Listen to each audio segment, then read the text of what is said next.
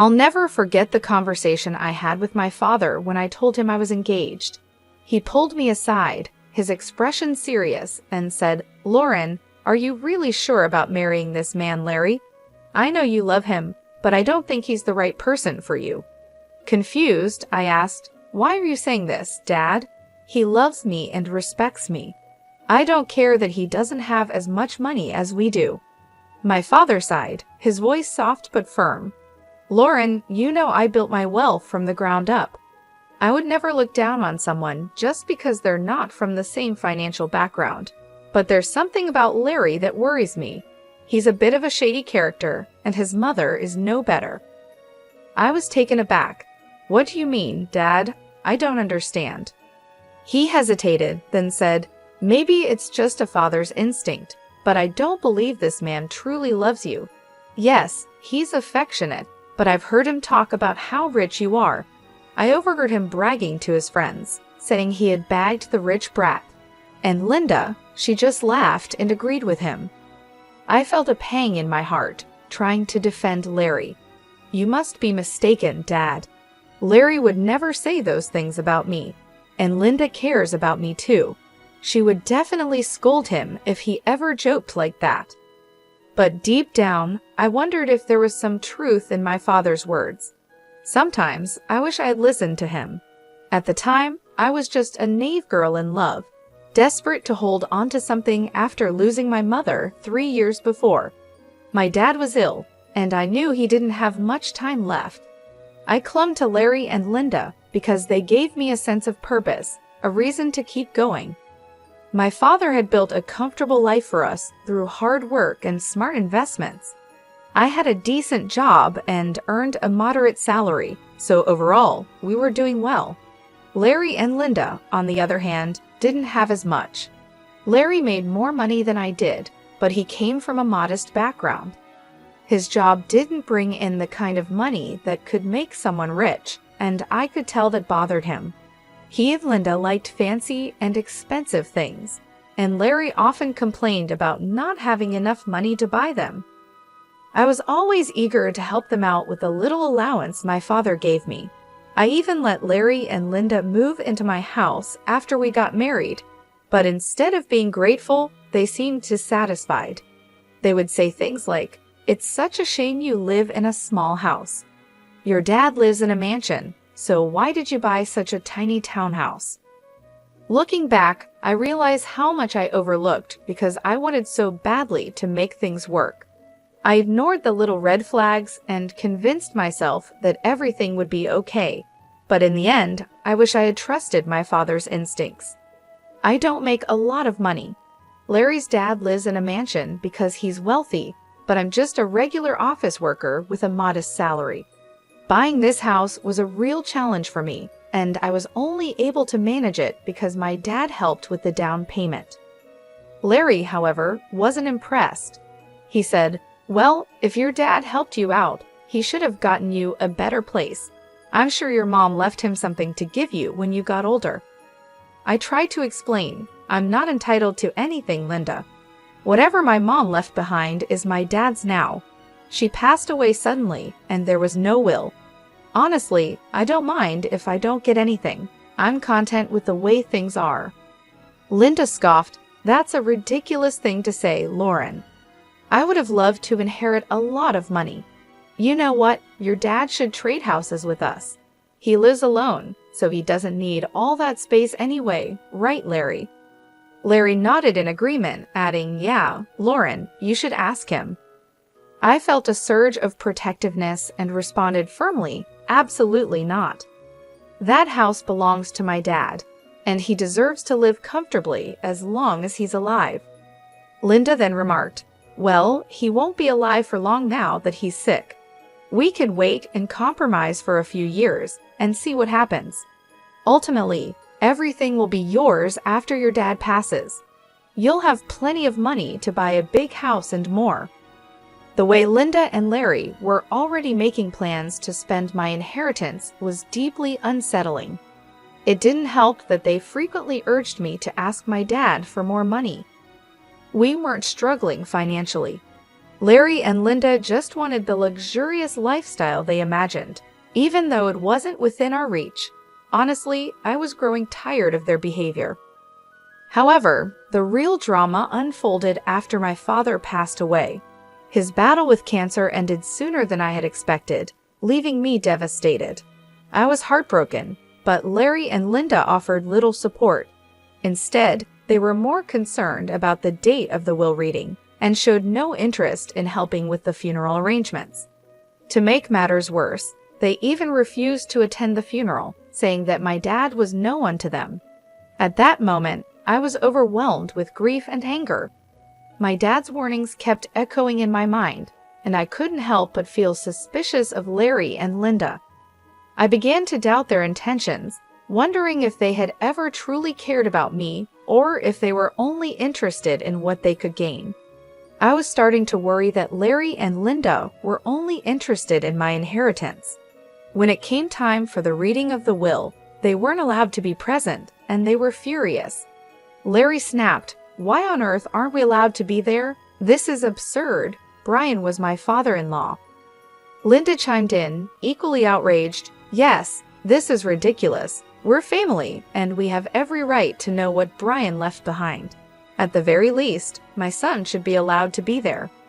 I tried to keep calm and explained, "Your son isn't mentioned in the will, Linda, so he doesn't have the right to be there. Why are you two so fixated on the inheritance? You didn't even bother to come to the funeral." It was ironic how suddenly my dad mattered to them when it came to the possibility of getting some money. I was really annoyed with both Linda and Larry, but what made things worse was how relentless they were. As soon as I got back from the will reading, they pounced on me, eager for details. They weren't allowed to see the will themselves, and that only made them more persistent. I was struggling with the grief of losing my father, but instead of offering any words of comfort, they were only interested in one thing. Linda asked bluntly, "So, we've been wondering for a while now. How much inheritance did you get from your parents? You must have received a lot of money. Tell us how much." I looked at them and said, "Unfortunately, my parents didn't leave me any money, so I didn't receive anything." Linda's eyes widened in disbelief. "What? You didn't get any money, but your parents were rich? They should have left you something." "I don't believe you didn't get any money. You're lying to us. There's no way your parents didn't leave you a single penny." Larry joined in, pressing me, "No money at all. The will didn't even mention you getting any kind of money. You can't be serious." I sighed and tried to stay patient. "No, Larry, there was no money in my inheritance. The lawyer told me that. You can even check my bank balance in a few days and see for yourself." "But what about all their wealth?"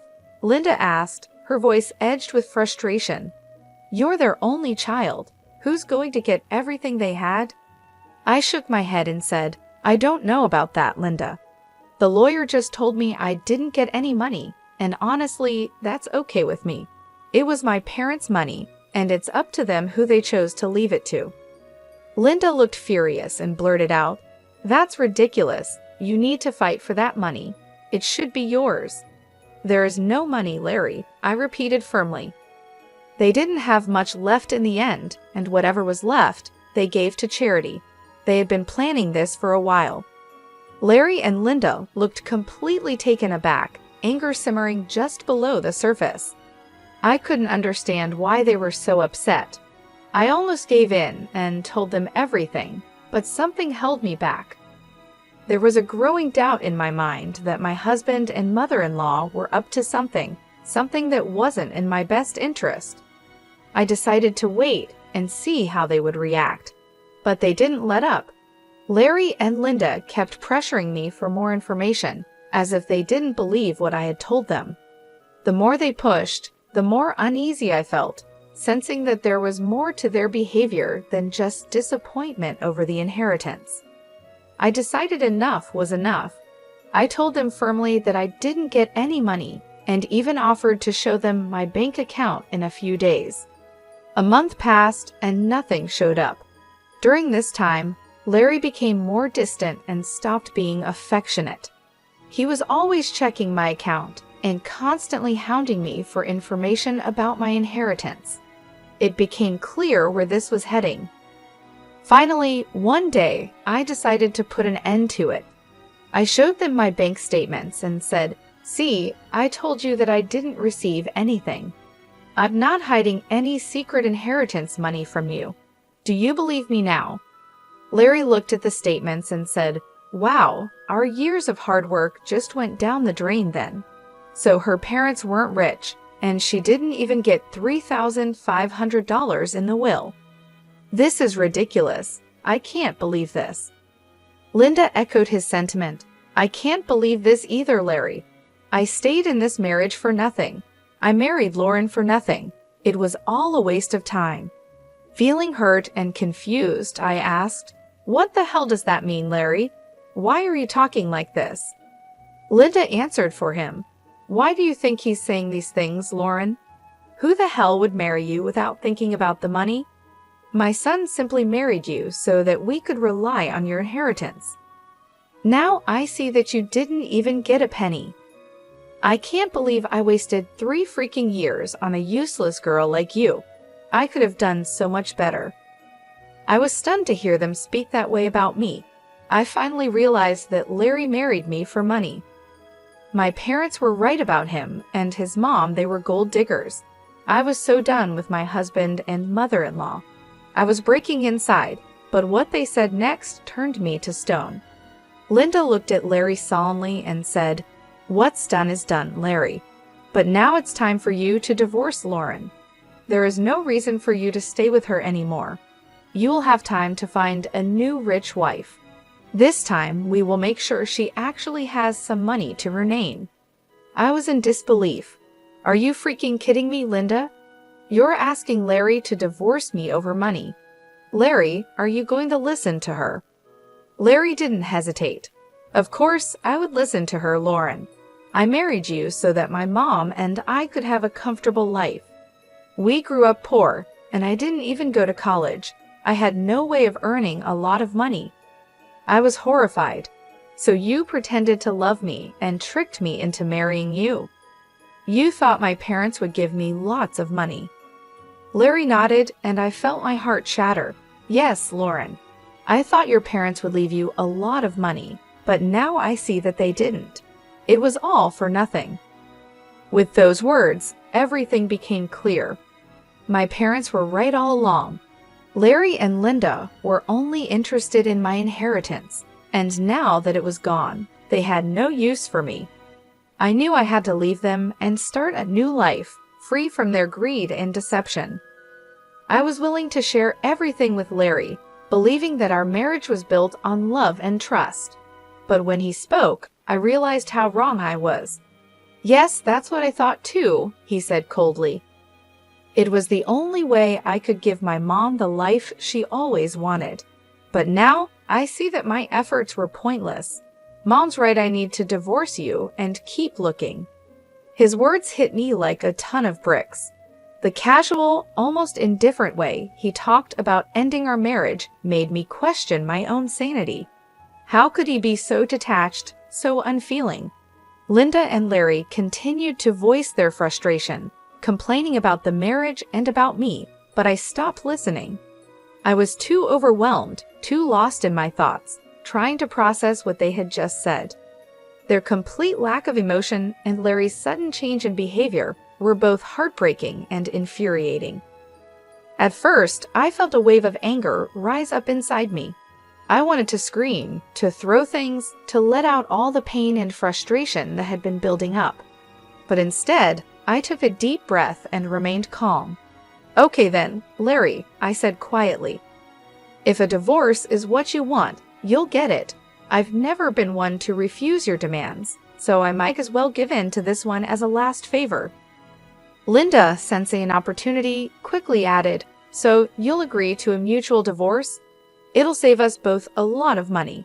And don't even think about trying to get alimony from my son. We'll fight you every step of the way. It's best if you just agree to this." I nodded, realizing that I didn't have much choice. "You're right, I don't have a lot of money right now. So I've decided on something. I'll agree to a mutual divorce, but only if you sign a clause stating that we won't share any of our assets. We'll each walk away with what we have, and nothing more." Larry agreed without hesitation. "That's not a problem at all.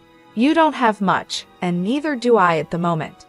If you can forego alimony, I'll sign the divorce papers and won't claim anything from you." We discussed the details of the divorce, making sure we were on the same page. I could see the relief on their faces. They were both happy that I wasn't making a fuss. I guess they didn't expect me to be so calm about it. But the truth was, ever since that day, I had been crying on my way to and from work. I would sit in the parking lot of my office, crying for an hour before and after work, trying to pull myself together. Larry never noticed my puffy eyes, never asked why I was leaving early for work or coming home late. Linda didn't even bother looking at me after she found out I had no money. Their behavior only made me more determined to get out of the marriage as soon as possible. I knew I had to stay strong and move on with my life. Even though it hurt deeply, I was ready to close this chapter and start anew. The way they treated me, the way they were more interested in money than in our relationship, made me realize that I deserved better. I deserved to be with someone who loved me for who I am, not for what I could offer them financially. In the end, I agreed to the mutual divorce, and I made sure that we each kept our own assets. It was a painful process, but I knew it was the right decision. I had to let go of the life I thought I had and focus on building a new one, free from the greed and deception that had poisoned my marriage. I decided that I needed some space from Larry and Linda, so I had them move out of my house and into a rented place nearby.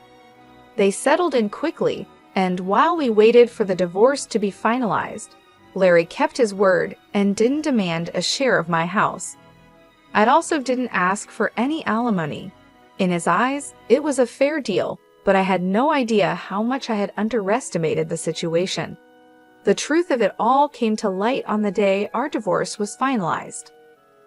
I went over to their new place to drop off my wedding and engagement rings. When I handed them over, I said, "Larry, I just wanted to return these to you. This marriage only brought bad times into my life, and I don't want to keep any reminders of it." Larry looked at me surprised. "Are you sure you want to return them? You might need the money someday." Linda, never one to miss a chance to be snide, added, "It's so funny how you're giving them back. You must have laughed at our poverty before, but look where you are now. My son is being generous, giving you the rings back. You might need to sell them when your stupid job doesn't pay enough. We don't want the rings anyway, they're cheap ones." I kept my composure and replied, "What would I need to sell the rings for, Linda? I'm not embarrassed. You don't need to worry about my financial situation." Linda smirked and said, "Oh, we already know. Your parents didn't leave you anything, probably because they lost everything due to bad financial decisions, leaving their daughter with nothing." At that point, I couldn't help but laugh out loud. Linda looked puzzled, and so did Larry. I could see that Larry was annoyed by his mother's behavior and also surprised by my laughter. Linda snapped, "Why the hell are you laughing? Did I say something funny?" I looked her straight in the eye and said, "It's hilarious that you think I'm destitute, Linda. It's also funny that you believe my parents lost all their fortune." Linda, clearly offended, retorted, "Well, of course you're destitute. Your parents didn't even leave you a penny. They must have messed up and ruined your life by not leaving you an inheritance." I smiled and said calmly, "I never said I didn't receive an inheritance, Linda. I simply told you that I didn't get any money. My parents actually left me plenty of inheritance." Linda's eyes widened in disbelief. "What do you mean you have an inheritance? I'm so confused." I continued, "My parents could see through you and Larry for what you are, little gold diggers, so they made a secret clause in their will.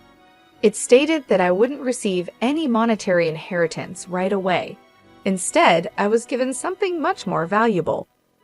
Larry, now clearly agitated, asked, "What are you talking about? What did they leave you?" I looked at them both and said, My parents left me this entire neighborhood as my inheritance." Linda and Larry were stunned. Linda stammered, "What? You own this neighborhood now? How is that possible?" "We would have known about your inheritance if that were true. We even signed the lease with an estate manager who didn't tell us the name of the owner." I explained, "My parents wanted me to wait for a year before I could take full control of the properties, so everything was kept quiet. But now I own this entire neighborhood, including the place you're living in." Linda and Larry were left speechless. The realization that they had been living in a place I owned, after all their scheming, was too much for them to handle. The tables had turned completely, and they were finally exposed for who they truly were. I turned to leave, feeling a sense of closure and satisfaction. I had seen through their greed and managed to come out stronger on the other side. Now I was ready to move on and build a new life, free from their manipulation and lies. I got my inheritance, and my parents wanted me to test if you were with me for love or money. Well, you both failed the test, so now you won't get anything from me. The estate manager was put in charge by my parents to take care of the property before I inherited it. They were very smart, you know." Larry scoffed, "That's impossible. I don't believe anything you're saying. You're just embarrassed because you don't have any money left." I replied, "Oh really, Larry? Is that what you and your mother think? Why don't you call your landlord and ask him yourself?" Linda and Larry quickly called their landlord to check what I had said. Since their landlord was actually the estate manager, he told them everything. When they hung up, they looked shocked and panicked. "You lied to us," Linda stammered. "You tricked us into thinking you didn't have anything, but you own the entire housing society now. How dare you trick us like this? You wanted to keep all your wealth to yourself, so you made Larry divorce you and sign papers saying he wouldn't take anything from you." I couldn't help but laugh at their nerve. It was finally hitting them how badly they had messed up, and now it was time for some well-deserved karma.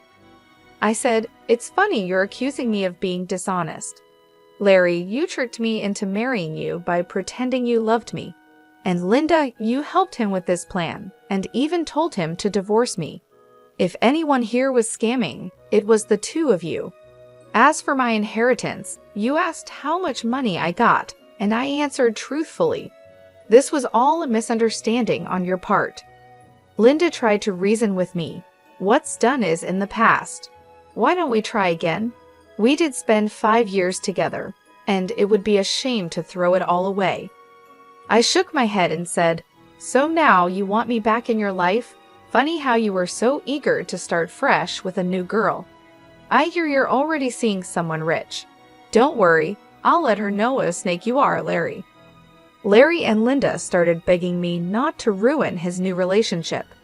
Larry pleaded, saying that if I wasn't willing to give him another chance, I shouldn't mess up his future. I told him to get lost and also informed them that I would kick them out once the property was officially mine. They panicked and started begging even more. In the weeks that followed, Linda and Larry kept coming to my house, pleading for forgiveness. They already had an eviction on their record, so it was unlikely anyone else would rent to them. The only reason they were still staying on my property was because I had asked the estate manager to allow it. I also contacted Larry's new girlfriend and told her everything. She was horrified by what Larry and Linda had done and broke up with him immediately. She even showed me the text messages as proof. After this mess, Larry and Linda came over, yelling at me and calling me names. I quickly called the police and had them removed from my property. Once the property was officially in my name, I kicked them out very quickly. They didn't expect me to follow through with my threat. When they showed up again, I called the police, who gave them a stern warning. I also filed for a restraining order. It turned out that the whole town knew about what had happened. Larry and Linda were shunned by their friends and had to leave the city to start over somewhere else. Meanwhile, I'm enjoying my new wealth and finally free from those gold-digging leeches.